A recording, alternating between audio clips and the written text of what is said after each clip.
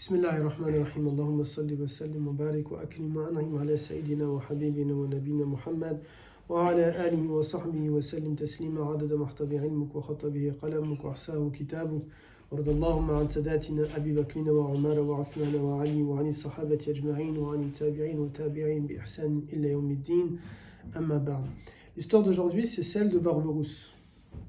Barberousse, pareil, c'est en mode très condensé et encore une fois, ça fait partie du coup des histoires que vous pouvez maintenant lire, puisque vous m'aviez demandé une liste de livres à lire. Vous pouvez lire l'histoire, on avait dit de Ertugrul, l'histoire de... on avait parlé de Osman, on a dit l'histoire aussi de qui d'autre on avait fait jusqu'à maintenant. Non, mais celui d'hier. Oui, hier, je ne me rappelle plus aussi. Il a commencé à 53 ans.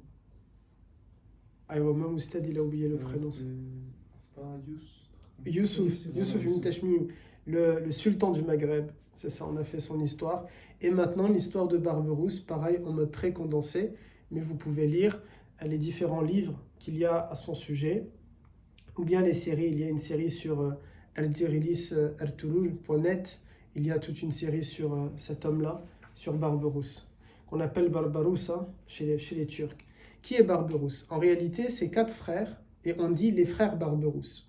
Quand on parle de Barberousse, en Europe, en Occident, avec le regard, on pense directement à quoi? À un pirate, n'est-ce pas? À une légende, à quelqu'un qui a pillé des bateaux, à quelqu'un qui était sanguinaire, qui était meurtrier, etc. Pourtant, pour nous, dans notre histoire, avec un grand H, dans l'histoire de l'islam, Barberousse, Barbaroussa et les frères Barberousse, ce sont des héros. Ce sont des personnages qui ont vraiment existé, bien sûr. C'est entre la fin du 15e et le début du 16e siècle de notre ère. Et ce sont vraiment des personnages qui ont marqué notre histoire musulmane parce qu'ils ont été des héros. Des héros, tout d'abord, avant de voir pourquoi ils ont été des héros, c'est Barberousse, les frères Barberousse, mais surtout le plus petit d'entre eux, Khayreddin. C'est lui qui a vraiment donné le nom encore plus incroyable aux frères Barberousse. Il est... et lui et ses frères, ils vous ressemblent en réalité. Pourquoi ils vous ressemblent? Parce que tout simplement, ce sont des Européens, comme vous. Alors eux, vous êtes d'origine arabe ou berbère. Lui, il est véritablement européen. Son père est un Serbe, la Serbie, jusqu'à preuve du contraire, est en Europe, et sa mère est catalane, c'est-à-dire espagnole, et l'Espagne, bien sûr, c'est européen, n'est-ce pas? Et ils vivent dans à peu près l'actuelle Tunisie, dans la région de Tunis, dans la ville de Tunis, qui est alors pas dirigée par des musulmans. Fut un temps, elle était dirigée par des musulmans, mais à ce moment-là, elle est dirigée par des personnes qui ne sont pas musulmanes, et notamment par Charles Quint, qui est Charles Quint, c'est un homme de la dynastie espagnole, et notamment un mélange entre le royaume d'Espagne, la dynastie espagnole, et celle de l'Autriche. Et ils dirigent cette région-là directement. Ils vont diriger, je te dis directement, c'est-à-dire toi, assieds-toi directement, mais je vais me perturber pour mon cours. Ils vont donc diriger cette région-là. Et à un moment donné, les frères Barberousse, ils vont s'illustrer. Pourquoi? Parce qu'ils vont entendre qu'en Espagne, donc ils vivent, souvenez-vous, à Tunis, qui est dirigé par le royaume d'Espagne, par Charles Quint, et ils entendent que leur autorité, là où eux ils vivent, ils sont en train de commettre l'Inquisition en Espagne. Qu'est-ce que c'est l'Inquisition? Ils envahissent le territoire. Non, ça c'était la Reconquista. On avait parlé de ça justement avec Youssouf ibn Tashmim. L'Inquisition, c'est quand en Espagne, ils se sont décidés comme ça, ils se sont chauffés à un moment donné l'église, et ils ont dit, maintenant on va faire le tri pour savoir qui sont les chrétiens et les non-chrétiens. Les non-chrétiens, on va les tuer. Et on va regarder les chrétiens, on va voir chez les chrétiens qui est un bon chrétien et qui n'est pas un bon chrétien. Et c'est devenu maintenant un slogan. C'est une véritable inquisition, c'est-à-dire vraiment on va chercher la petite bête chez quelqu'un, on va vraiment chercher le détail de son histoire, on va vraiment chercher pour savoir qui est cette personne-là, etc., etc. Et donc c'était ça l'inquisition. Ils ont voulu savoir qui est un bon chrétien, qui n'est pas bon chrétien. Et donc c'est là où ils ont inventé que les femmes, par exemple, qui sont rousses, ce sont des sorcières, que les personnes qui étaient handicapées, ce sont ceux-ci, ce ne sont pas de bons chrétiens, ils ont fait un pacte avec le diable, etc., etc. Et donc il y avait ce contexte-là. Et dans ce contexte-là, les frères Barberousse, ils ont décidé, on va aller sauver les gens qui sont en Espagne et qui sont en train de souffrir, qui sont génocidés par Charles Quint et par son royaume. Et en faisant ça, donc il prend le bateau. Ce sont des gens qui étaient habitués à la mer, puisqu'ils vivent dans une ville portuaire, Tunis. Et donc ils ont l'habitude d'être en bateau pour aller pêcher, etc.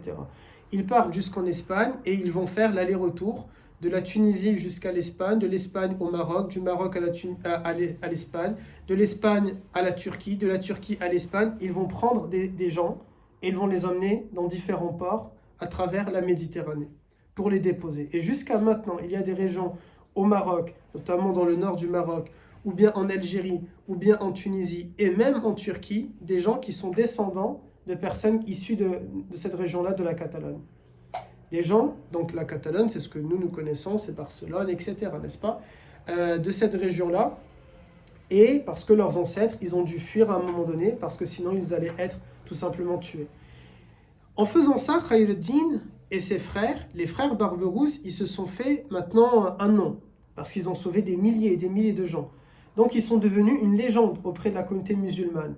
On commence à dire, moi j'ai été sauvé par les frères Barberousse, et toi, moi aussi, etc. Au péril de leur vie, parce que bien sûr, l'Inquisition n'allait pas accepter ça. Et donc ils devaient se battre pour protéger les populations, et ils n'ont pas sauvé que des musulmans, ils ont aussi sauvé des juifs. Ils ont sauvé des chrétiens qui voulaient fuir tout simplement. Des chrétiens qui n'avaient pas la même doctrine que les Catalans à l'époque, qui est par exemple une doctrine catholique. Et eux, ils ne vont pas avoir la même doctrine. Et bien, du coup, ils vont se sentir menacés par l'Inquisition, ils vont vouloir fuir, et les frères Barberousse vont les sauver. En se faisant ce nom-là, il s'est fait remarquer par un émir qui va lui dire, tu vas avoir le contrôle d'une certaine région. Et donc, il va avoir le contrôle en Tunisie. La Tunisie, pour rappel, elle est dirigée par des non-musulmans, mais ils vont placer un émir qui, lui, va être musulman. Cet émir-là, il va nommer l'un des frères Barberousse en tant que régent, c'est-à-dire un directeur qui va diriger cette région-là. Et puis, il va se dire, pourquoi tout simplement on va avoir cette domination-là espagnole, autant avoir notre indépendance, et il va mener à cœur cette indépendance-là, il va l'obtenir, et pendant un long moment, il va réussir un pari fou qui est le Maghreb unifié, et donc ça va être de la côte aujourd'hui qu'on appelle le Maroc, l'Algérie et la Tunisie qui va être aussi sous son contrôle. Comme l'histoire qu'on avait vue hier, vous voyez. Mais l'histoire d'hier, c'est pas la même époque. Le sultan du Maghreb, on avait dit, c'était des siècles avant. Là, on est plutôt proche dans l'histoire moderne et avec nous, on est au XVIe siècle, maintenant au XXIe siècle, donc c'est pas très très loin de nous. Et aussi, il va fonder une ville qui est très connue, c'est la ville de Alger.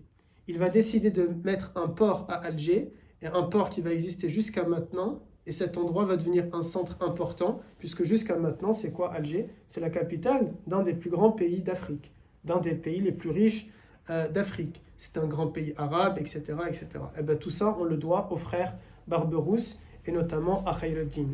Ensuite, quand il s'est distingué en faisant tout ce travail-là, ça ne va pas plaire, parce qu'à certains musulmans qui vont avoir une mauvaise jalousie vis-à-vis de lui, en Tunisie, c'est la dynastie des Hafsides, si ma mémoire est bonne, et ils vont vouloir à ce moment-là le déloger, le faire partir de cet endroit-là, et ils vont se soulever contre lui, ils vont avoir le soutien de l'armée de Charles Quint, et ils vont l'obliger à s'exiler. Il va être obligé de vivre dans la mer, il aura 2 bateaux, lui et ses frères, avec quelques compagnons de fortune qu'ils auront avec eux, et ils vont vivre dans cet endroit-là. Et c'est là où, à cause de cet exil-là forcé, il va être obligé, en effet, de faire quoi? De devoir, tout simplement, pour manger, peut-être piller, ou de devoir prendre, etc. Mais l'Occident a retenu que ce passage-là, en oubliant que... Non, ne me salue pas, s'il te plaît. En retenant que, dans la vidéo, on va te voir, tu t'es pris un vent. Mais chaque garçon, il sait quand on lance le cours, pas la peine de me saluer. Et pour ceux qui sont en train de nous regarder... Je vais devenir un mème, je pense. Pourquoi pas. Du coup, qu'est-ce que j'étais en train de dire? Ça m'a perturbé. Tout à l'heure, c'était Abderrazak et là, c'est Omar. Ils ont retenu que le pillage. Ils ont retenu que le pillage. Or, ce n'est pas une question que de pillage, normalement. Parce que là, le pillage, il a été forcé parce qu'on lui a coupé les vivres et il ne peut pas vivre tout simplement en mer. Et qu'est-ce qu'il va faire? Il est obligé, à un moment donné, de survivre.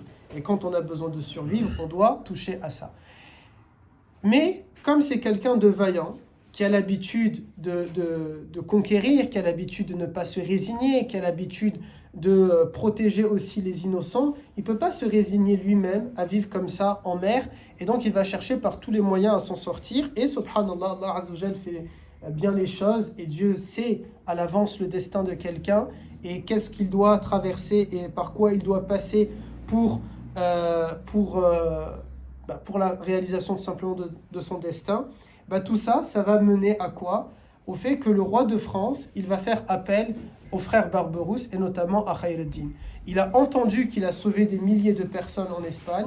Il a entendu qu'il avait réussi à unifier tout un endroit, toute une région. Il a réussi à entendre qu'il avait été un excellent régent, un excellent leader en Tunisie quand il avait le contrôle de cette ville-là. Et tout simplement, il est en train de se dire, qu'est-ce que je vais du coup le roi de France se dit, qu'est-ce que je suis en train d'attendre de plus? J'ai là quelqu'un qui peut m'aider à reconquérir le sud de la France. Parce que tout le sud de la France, de à peu près Bordeaux jusqu'à Nice, il est aussi contrôlé par Charles Quint. Et donc il fait appel au frère Barberousse, à Khayr-ed-Din, il accepte le deal et il va libérer Nice. Et Nice va être libérée. Et si aujourd'hui Nice est une ville française, c'est parce qu'un jour, celui-là même qu'ils ont dit un pirate de Barberousse, c'est parce que lui, il a sauvé cette ville-là. Et en cadeau, le roi de France va le faire installer à Toulon, qui n'est pas très loin de Nice. Il va le faire installer pendant des mois entiers sur place. Et la grande cathédrale de Toulon, qui existe encore jusqu'à maintenant, elle va être transformée en mosquée par le roi de France. Et du coup, c'est un joli symbole et une belle chose. Et ça nous montre à quel point dans notre histoire, avec un grand H, il y a des héros, il y a des légendes, il y a des gens qui ont marqué l'histoire, qui ont libéré des terres. Et c'est peut-être aussi une histoire qui montre, s'il en fallait une supplémentaire, qui montre que les musulmans ont toujours existé dans cette région-là de la France.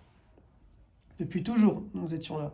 Et non seulement nous étions là, mais en plus de ça, on a libéré de la même manière que, ça sera peut-être une autre histoire, que les tirailleurs marocains et sénégalais, qui étaient donc des musulmans, ils ont libéré la France avec les États-Unis, avec l'Angleterre, etc., et qui ont permis aux Français de ne pas parler allemand aujourd'hui. De la même manière, Barberousse, il a permis aux Niçois d'être français et de parler français et de ne pas parler espagnol. Voilà pour l'histoire d'aujourd'hui, l'histoire de Barberousse. Tu vois, Amal, comment ils se sont tous installés sans salut. Tu vas devenir un même. Est-ce que vous avez des questions? La mosquée qui était... Non, elle est redevenue cathédrale. Elle est redevenue cathédrale. Tu t'imagines bien qu'ils ne vont pas accepter. Ok? Pas d'autres questions? Alhamdulillah.